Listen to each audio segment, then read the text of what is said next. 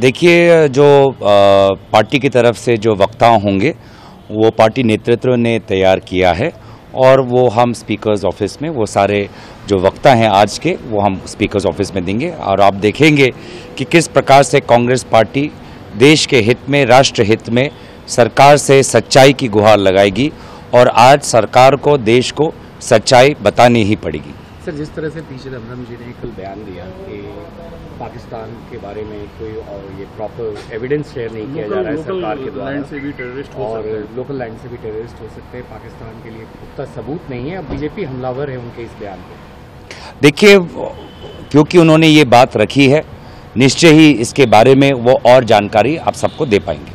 Sir, justice Verma पर किरण रिजिजू ने कहा है, जो आप लोग खुद पहले से कह रहे थे कि लोकसभा में प्रस्ताव लाया जाएगा, फिर राज्यसभा की सहमति ली जाएगी और यूनिवर्सली सभी दल इस पर एकमत है।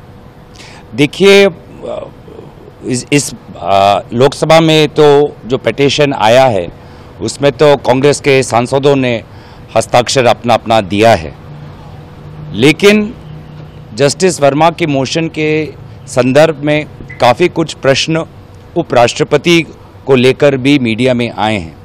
तो हम दोबारा कहते हैं कि आज जिस प्रकार की सूचनाएं आए हैं उपराष्ट्रपति के घर को लेकर, उपराष्ट्रपति के पद को लेकर, मुझे लगता है कि देश को उपराष्ट्रपति के पद की गरिमा पर आज जिस प्रकार की बातचीत और सरकार की तरफ से जो रुख और सरकार के सुर्खियों की तरफ से जो पक्ष आ रहा है, हम सभी को इस पर चिंता और मंथन करने की आवश्यकता है। It is not opposition, it's the voice of the people.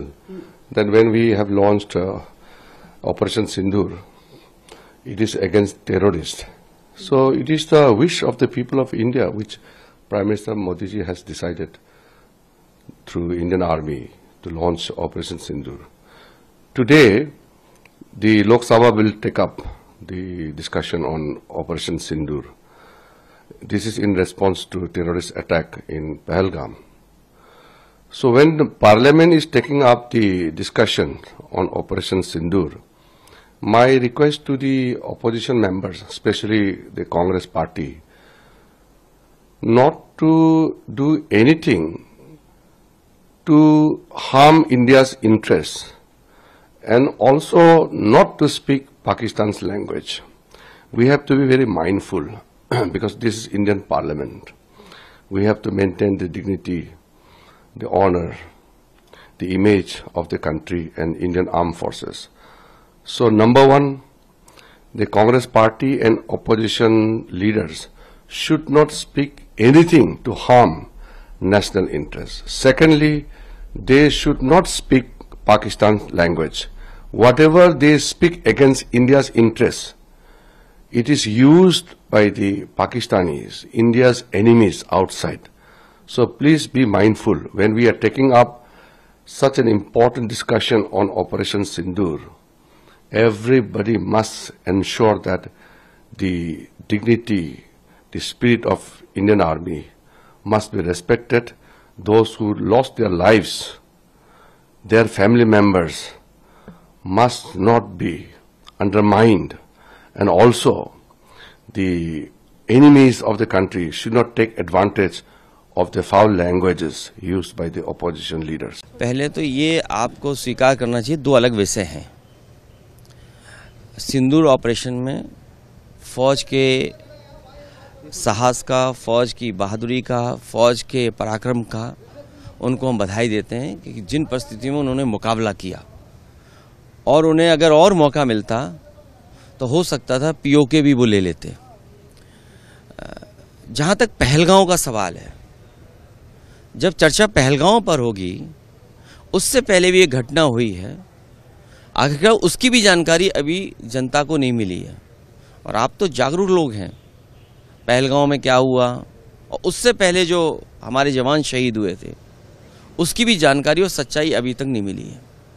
तो आखिरकार आतंकवाद और आतंकवादी घटनाएं बार बार क्यों हो रही बीजेपी की सरकार में, सवाल तो यही है। और फिर अगर घटना पहलगांव की हुई तो जो टेररिस्ट थे वो आसमान खा गया उन्हें, क्या ज़मीन खा गई, और इसको आखिरकार वो टेररिस्ट कहाँ हैं, उनको पकड़ना, उनके बारे में जानकारी होना, इस सरकार को जवाब देना है, क्योंकि सरकार इस पे जवाब दे सकती है। लेकिन पी चिदम्बरम का जिस तरह का बयान आया है कि इस बात के क्या सबूत हैं कि वो आतंकवादी जो पहलगाम हमला हुआ था वो पाकिस्तान से आए थे? इस पे सरकार ही जवाब दे सकती है, और कांग्रेस भी दिल्ली की सरकार में रही है, तो वो पूछ सकते हैं, उनके स्रोत होंगे, उनकी जानकारी होगी।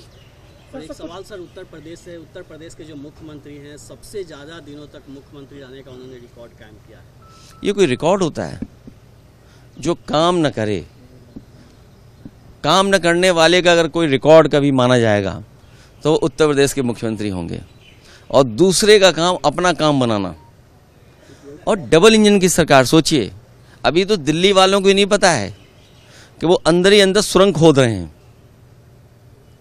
लखनऊ वाले अंदर ही अंदर सुरंग खोद रहे हैं, ये बाद में पता लगेगा। इसलिए रिकॉर्ड की बात मत करिए कि इतने दिन रिकॉर्ड, ये कहिए कि कहीं ऐसा तो नहीं है लखनऊ से अंदर ही अंदर सुरंग खोद रही हो।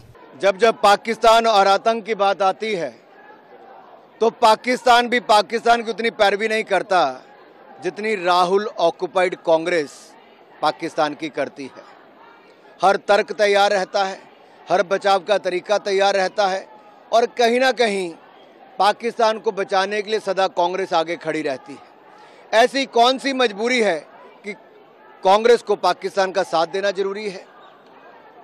आज नहीं, आप 2008 की घटना से याद करिए।